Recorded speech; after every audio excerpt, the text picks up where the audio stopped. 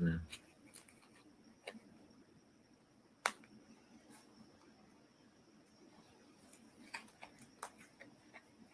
Come in and talk to Brojo, you guys. He dropped the link. Sandri. There he is. Alrighty, let me mute and smile. Mute and smile. Brojo, what's up, man? A whole lot. What's up? What do you want to talk about? I want to talk about your worldview. Why do you want to talk about my worldview? Well, I went back and checked what you were saying there in the comments. You're assuming a bunch of things when you say, you know, your moral standard is your own.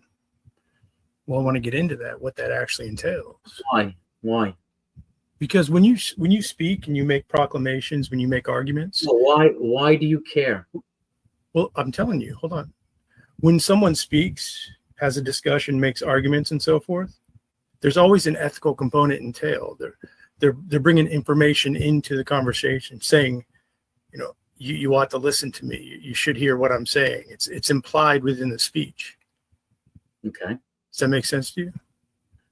So are you going to answer my question that I had in the comment section in your hangout earlier, or no? I mean, you want to talk about Jesus, is what you're saying, right? Well, the other question was, do you think a Christian should read their Bible and have questions and question it? Yeah. Yes, I do. So what I was saying to you originally, why was that hard for you to do that in the comments? Well, it's not. It's sometimes I just I do things for a reason. Like when you first came in and asked about Jesus, I said it's inevitably going to lead into what you think is real, what exists, metaphysics, how you know that, epistemology, and then ethics, the behavior that's entailed in that. These are inseparable aspects of traditional philosophy.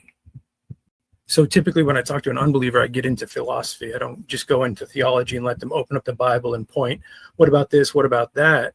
I want to know how you maintain knowledge, how you critique and take in information and assess it. And again, that's entailed to what you think is real, what you think you know, and your behavior, your ethical. So why do you think what's written in the Bible is real? I presuppose the scriptures, the revelation of God. That's my position, that God is the necessary precondition for reality itself, for universals, logic, the morality that we depend on. Is it possible for you to change your presuppositions?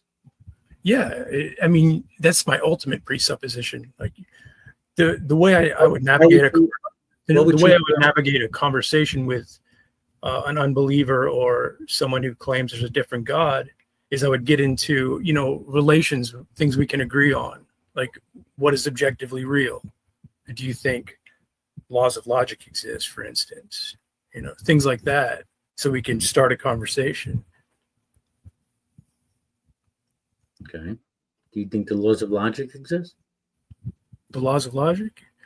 Yeah. Yeah. Yes. And do you think, what would change your presuppositions?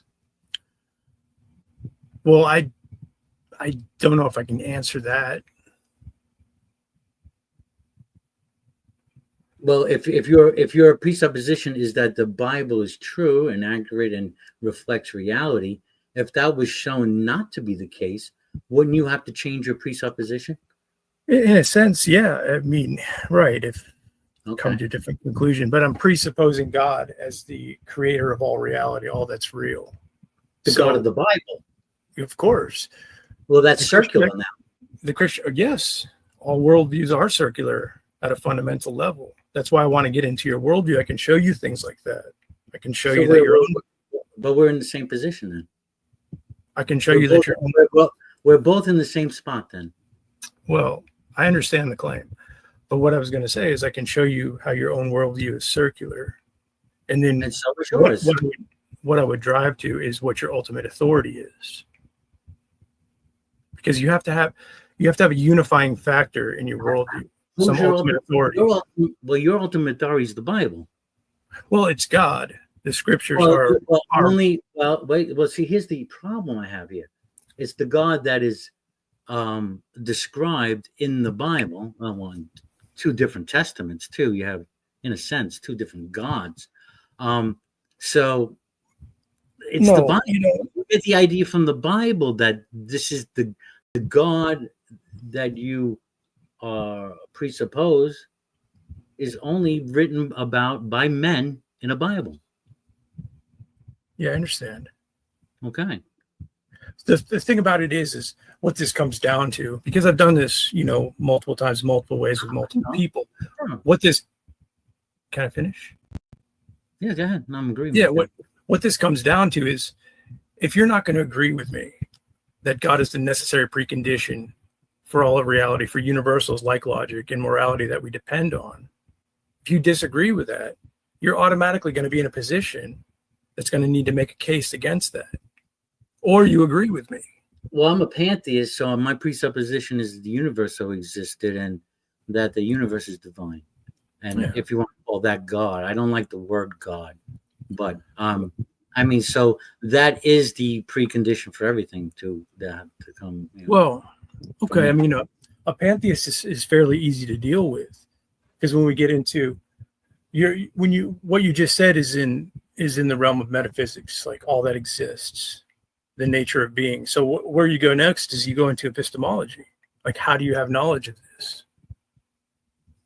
I have knowledge of the universe, don't you? Don't you see the universe, the nature in front of you? Sure, there's a universe, but I'm saying, how do you have knowledge of the claim that what was your original claim about the universe? That the universe always existed.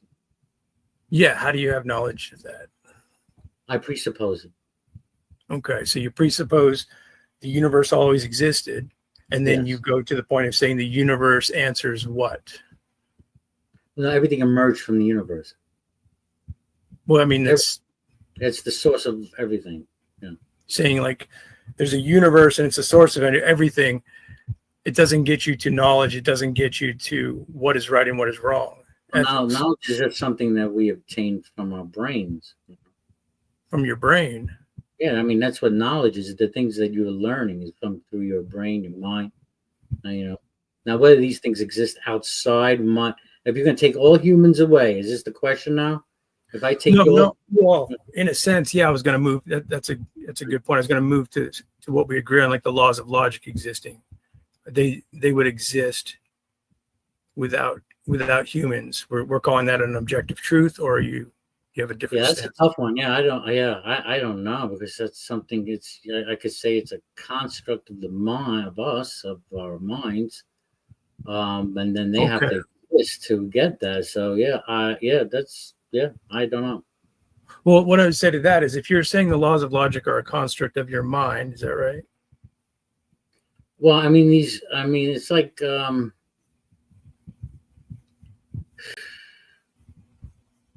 certain laws are going to exist, of nature, are going to exist despite whether we exist or not. Right. We would imagine gravity would still exist without our interference or our acknowledgement of it, right? Right. So now, if these laws of logic out there in the ether somewhere, well, this is where it gets kind of interesting. Yeah. This is where it gets kind of interesting. So, if you think the laws of logic, you said they exist in your brain, right? Well, I wouldn't know them unless I had my brain, right? You wouldn't know. Yeah. Them. Well, now that's more like an argument that your brain is interacting with reality in a sense. It's not that they're in there, but it's not that they're your creation, right? I don't know if sometimes I think of it like the universe being a sea of knowledge or consciousness, and we brains are just tapping into it. That kind of thing. Okay, well, I guess we just have to try to find a common ground in order to kind of move forward. Because what I was going to say, if you think that the laws of logic are objectively true, but do they exist outside of your mind and you have knowledge of them because your mind transmits or interacts with that knowledge somehow? I guess that's the question. Yeah, no, that's the answer too. So they would transcend time and space essentially because they can't be found in nature, right? There's no empirical evidence of a law of logic. Oh no, I couldn't point to that. No, like I can't point to time or a number.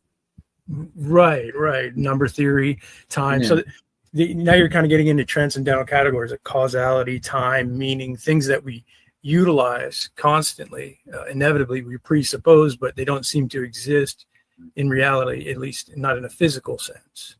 They're not empirically proven. Well, are you saying that if we can't agree somewhere here, if we can't agree that the God of the Bible is,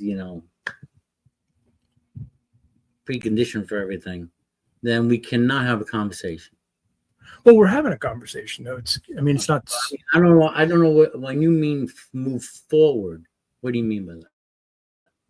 Oh, I mean, I was trying to establish, like, my worldview. I just gave it to you, right? That I presuppose God is the necessary precondition for reality. I'm trying to explore, right? Christian, right? I'm trying to explore what your worldview is and find a common ground so I can move forward with you in a conversation. So we're exploring something we agree on, which is like a law of logic. Yeah. I think the common ground is we believe that something started it all. Well, yeah, that's fine, but I wanted to even move into things like laws of logic, number theory, things that seem to be objectively true that we can't point to, that don't seem to exist in space and time, that are proven empirically or through science. So the laws of logic is a good area to kind of stay in.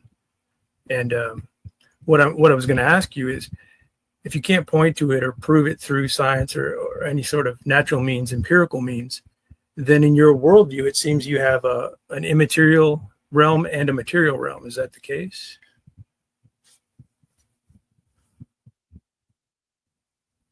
An immaterial, sure. Okay, so then not all is material. You're not a materialist or a physicalist. No, I wouldn't say so. No. Yeah, that's key to know, because now you have to be able to sort of merge the immaterial and the material somehow within your worldview or this pantheistic God. You would have to have knowledge of how these two things merge, and I'd be interested in it's called laws of nature. Well, the laws of nature are the natural world. Right, it's the natural world. There's no supernatural, in my worldview. Well, that's what I'm kind of driving at. Is you're saying there's immaterial things, but they're not supernatural. One definition is above the natural, beyond the natural, and immaterial does fit that category. See, when it comes to things like religion, beliefs, I'll put it in this category, the category of like qualia. I guess it's like qualia, I guess you call it. Okay. Yeah. So like, fields of music and art and, things that I can't, I haven't experienced, but I can't prove it, my experience to you of my reaction, my responses to music and art. So when it comes to these kind of things, these spiritual God questions, it's like that for me. So I cannot prove it to you. Yeah, right. Because you're speaking of immaterial things. Experience. But the thing about it is, I realize you don't want to call it supernatural, but in a sense, you are talking about things above or beyond the natural, and you're claiming they exist within the natural world. So you have a duality there, right? There's people that think there's a monistic reality, that there's one substance that is all, which is a huge philosophical problem. And then you're more in a dualistic worldview where you think there's an immaterial realm and a material realm that's more like Descartes, like a dual substance reality. But when I start to ask you or go into epistemology of how you know that, I think that's where you're going to come up short. You're not going to have knowledge of how those two things exist in the merging of those two things. I probably could just point to a book like you do. Mm-hmm. You'd probably point to a book? I probably just point to a book with these same ideas. A bunch of people have similar ideas. Well, that's the point of talking one-on-one to somebody, is you want to know their worldview. And I'm not, this is a fine conversation. I'm not trying to be overly aggressive and you're being fairly charitable. So I'm just kind of walking you through how I navigate these conversations.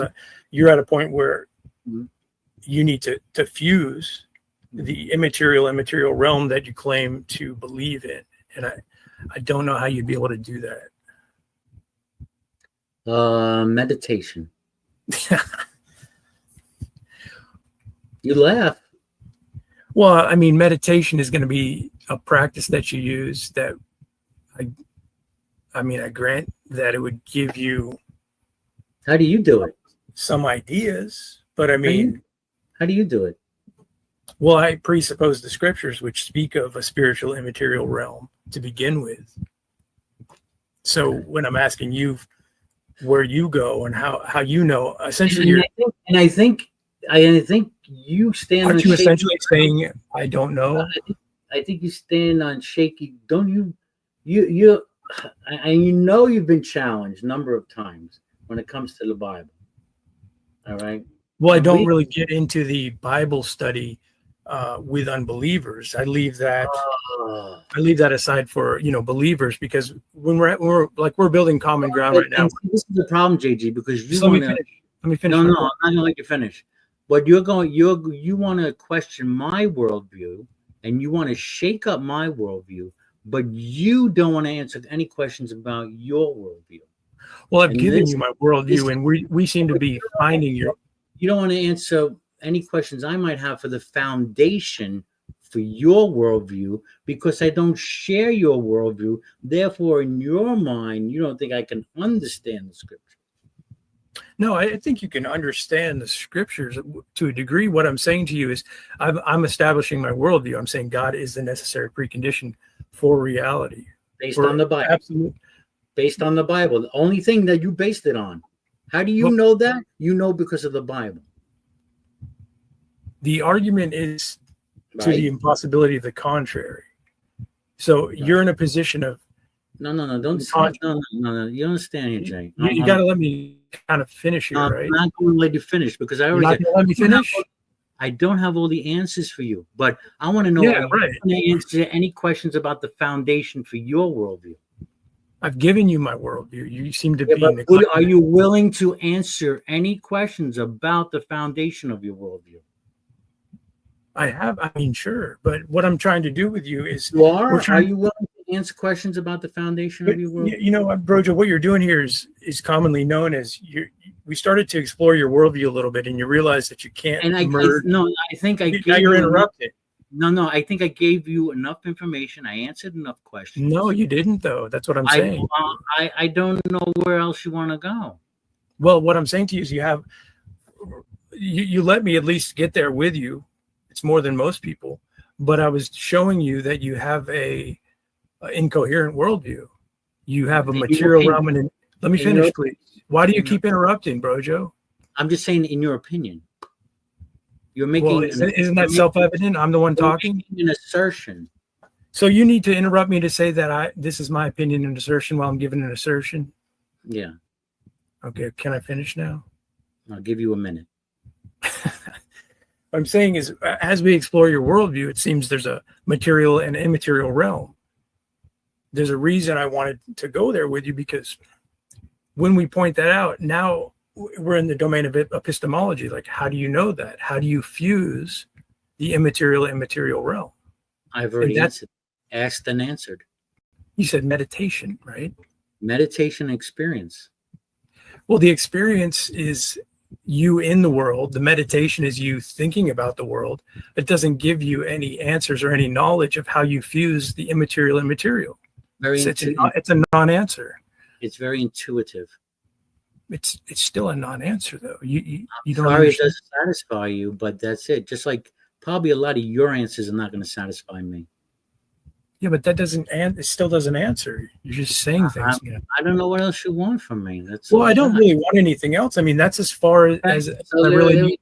Just let me finish what I'm talking. Just when I'm talking, do you want me to say over at the end of it so that you know I'm done? Because I'm not I'm done with the conversation. I don't know what more you want from me. Now, can okay. we That's just fine. leave it? No, we're good. I appreciate it.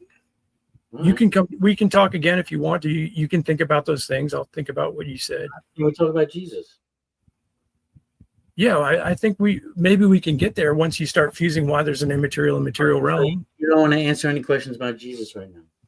Yeah, but now we're just back to where you started, right?